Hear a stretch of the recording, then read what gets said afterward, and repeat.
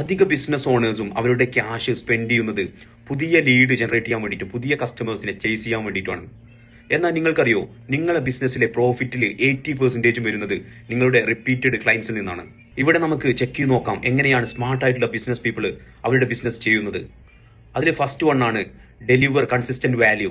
അവർ ഒരു പ്രാവശ്യം സെല്ല് ചെയ്യുക എന്നുള്ളതല്ല, അതിനപ്പുറത്തായിട്ട് അവർ ജസ്റ്റ് കസ്റ്റമേഴ്സിനെ റിമൈൻഡ് ചെയ്യും. അവരുടെ ഓർഡേഴ്സ് പിന്നീടും അവർ വന്ന് പർച്ചേസ് ചെയ്യാനുള്ള ചാൻസസ് കൂടുതലാണ്. സെക്കൻഡ് പോയിന്റ് ആണ് ഫോളോ അപ്പ് ആൻഡ് നർച്ചർ.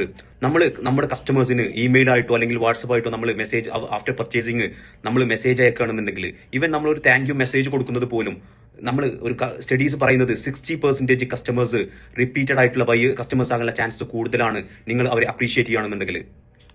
മൂന്നാമതായിട്ടുള്ള ഒരു പോയിന്റ് ലോയാലിറ്റി ഓഫേഴ്സ് ആണ്. നമ്മൾ കസ്റ്റമേഴ്സിന് സെലക്ടഡ് ആയിട്ടുള്ള കസ്റ്റമേഴ്സിന് നമുക്ക് VIP മെമ്പർഷിപ്പ്, അതുപോലെ തന്നെ ഡിസ്കൗണ്ട്സ്, ഓഫേഴ്സ് ഒക്കെ കൊടുക്കാൻ കഴിയും എന്നുള്ളതാണ്.